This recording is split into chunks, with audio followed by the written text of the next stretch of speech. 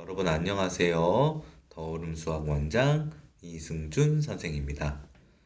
예, 감기가 걸려서 목소리가 많이 안 좋은데요. 네, 기침도 많이 할 수 있습니다. 근데 이제 연휴 전에 오늘밖에 시간이 없어서 수업 준비도 해야 되고 수업도 많고 해서 이제 짧게 영상을 한번 찍어 보려고 했고요. 오늘 이 화면에 보이는 거랑 마찬가지로 진짜 영재와 그냥 영특한 아이의 차이를 아시나요란 주제를 가지고 제가 이야기해 보려고 합니다. 대치동이나 강남에는 너무나 영재가 많습니다. 그런데 제가 알고 있기는 영재는 한 해에 한두 명이 태어날까 말까 하거든요. 그쵸? 그렇지 않아요? 그런데 너무나 영재가 많아요. 그래서 제가 한번 구분 지어 봤습니다. 영재와 그냥 영특한 아이의 차이가 과연 무엇이 있는지. 저도요, 나름 어렸을 때 영재라는 소리를 듣고 자랐습니다. 뭐 자랑은 아니지만요. 운동 뭐든지 처음 하면 다 잘했어요. 뭐 야구, 농구, 그다음에 롤러스케이트, 인라인, 스케이트, 스키 등등 배우지 않고 무조건 처음 하는데 다 잘했습니다. 두 번째, 공부요.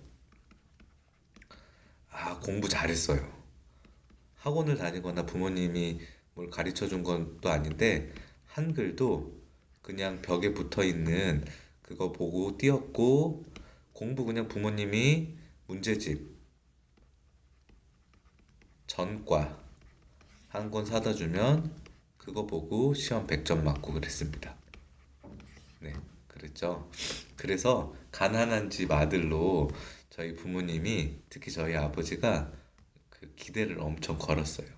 그래서 이제 저희 아버지가 교통사고가 한 번 난 적이 있었는데, 이제 경찰서에 순경을 한 명 알았는데 그 순경만 한 명 알아도 일 처리가 굉장히 빨랐던 것 같아요. 그래서 저희 아버지가 늘 저에게 너는 꼭 경찰대를 가서 경감부가 됐으면 좋겠다 이제 그렇게 이야기하셨는데 결국에 경찰대는 못 갔는데요. 아무튼 그랬습니다. 제가 이 영재 소리를 들어서 굉장히 잘 알아요. 그런데 이 부모님들 잘 구분을 하셔야 되는 게, 영재는요 공부를 못할 수가 없어요. 공부를 못할 수가. 이 타고난 영재는요 지식에 대한 욕구와 지식에 대한 그 발산이 굉장합니다. 어마어마해요. 그래서 공부를 못할 수가 없습니다. 누가 시켜서 하지도 않아요. 그러니까 성적에 기복이 있거나 그런 친구들은 영재라고 얘기할 수 없어요. 대부분의 친구들은 이 영특하다는 그 기준에서 이제 바라봐야 됩니다. 영특한 친구들 많죠. 저도 IQ 검사했을 때 뭐 138에서 145 사이에 나왔거든요. 이게 진짜인지 모르겠는데, 그래서 중학교나 고등학교 때 성적 조금만 떨어져도 선생님이 막노라고 했어요. IQ는 높은데 공부 안 한다고. 머리는 좋은데 공부 안 한다고. 저 나름 공부 열심히 했는데 그렇다고 이제 이야기를 하셨습니다. 그래서 이 강남에서는 부모님이 많이 배우고 이제 머리가 좋으신 분들이 많기 때문에 이 영특한 아이가 태어날 가능성이 많습니다. 그런데 이 영특하다는 기준이 어디까지고 이게 더욱더 발달되려면 어떻게 해야 될까요? 자, 영재는 아까 말씀드렸듯이 노력으로 만들어지는 게 아닙니다. 노력으로 만들어지는 건 영재가 아니라 영특한이에요. 영특한. 근데 제가 이제 부모님들 이제 만나보면서 이야기하면은 제가 제일 듣기 싫어하는 말 중에 하나가, 우리 부모님들이 뭐라고 얘기하냐면은 어차피 자기 그릇이 있다.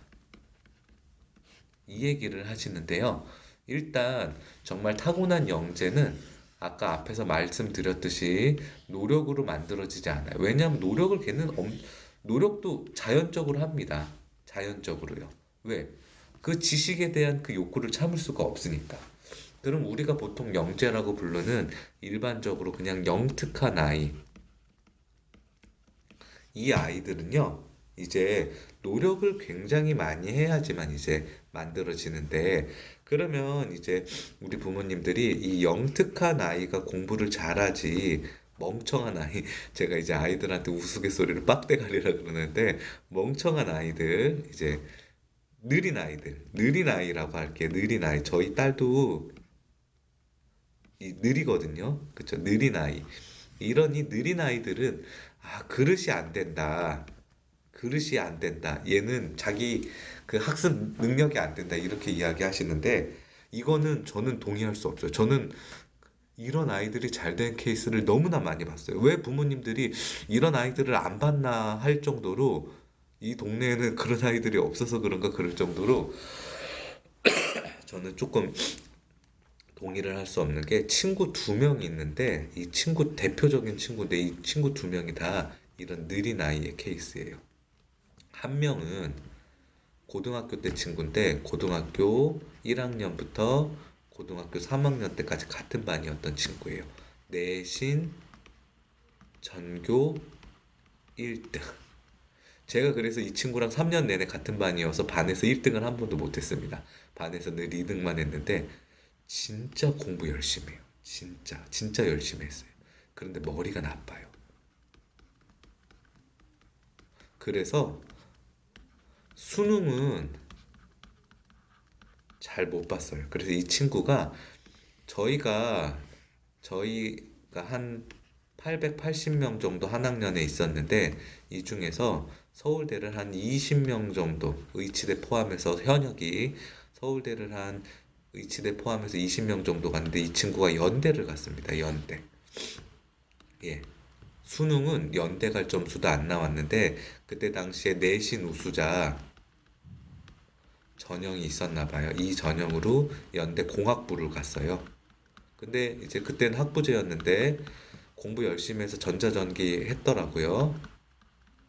그 취직 잘하고 이제 잘 살고 있는데 이 친구 굉장히 이제 멍청해요. 어떻게 멍청하냐 하면, 저랑 이제 1, 2등을 다투던 친구니까, 근데 제가 조금 더 똑똑했던 것 같아요. 이 친구가 늘 저한테 와서 이제 수학을 물어봤는데, 설명을 해주면 이 정도로 빡대가리인가 싶을 정도로, 이 정도로 느리고 멍청한가, 이해력이 떨어지는가 싶을 정도로 공부를 못했어요.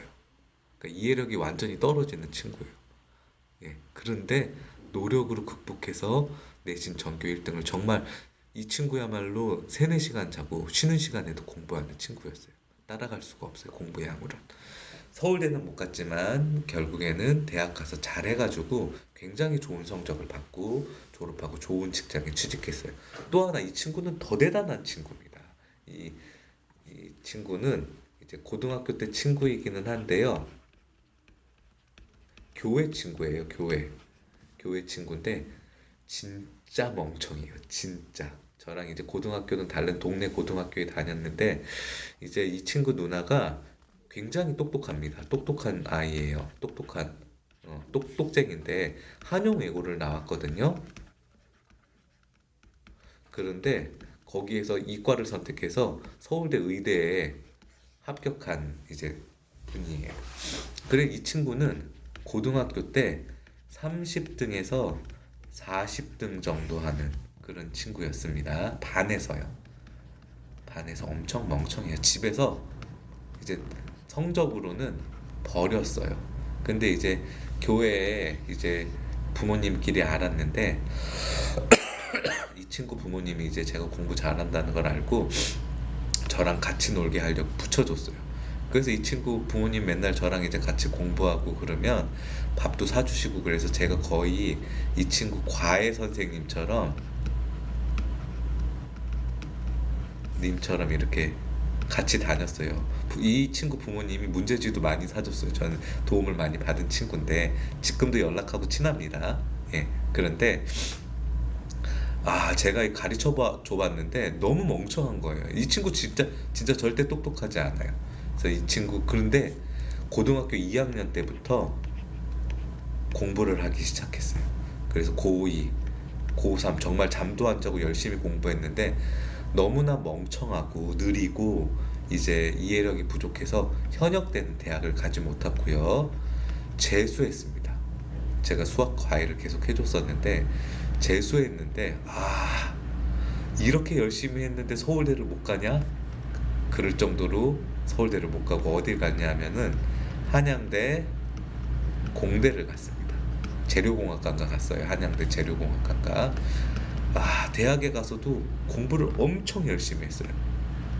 집이 좀 잘 살았던 친구거든요. 아버지가 은행 지점장 하시고 또 공부를 열심히 하더니 자기 유학을 간다고 그러더라고요. 그런데 영어 공부를 해야 되는데 저는 잘 모르는데 뭐 유학 가는데 필요한 GR이라는 뭐 이게 GR이라는 뭐가 있나 봐요. 이거를 뭐 통과를 해야 되나 뭐 그런다고 했는데 할 수 있을까 그러더라고요.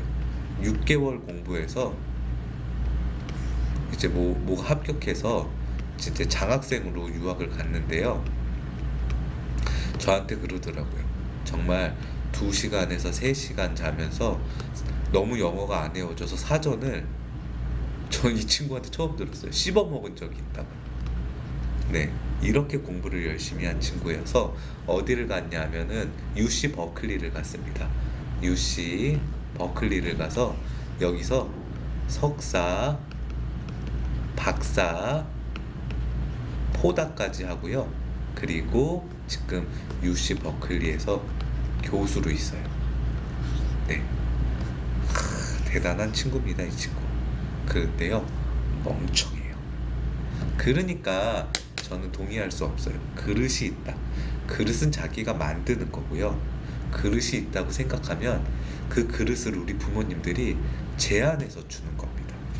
영특하다 그런 거는요, 물론 학습에 도움이 되지만 절대적인 요소는 아니에요.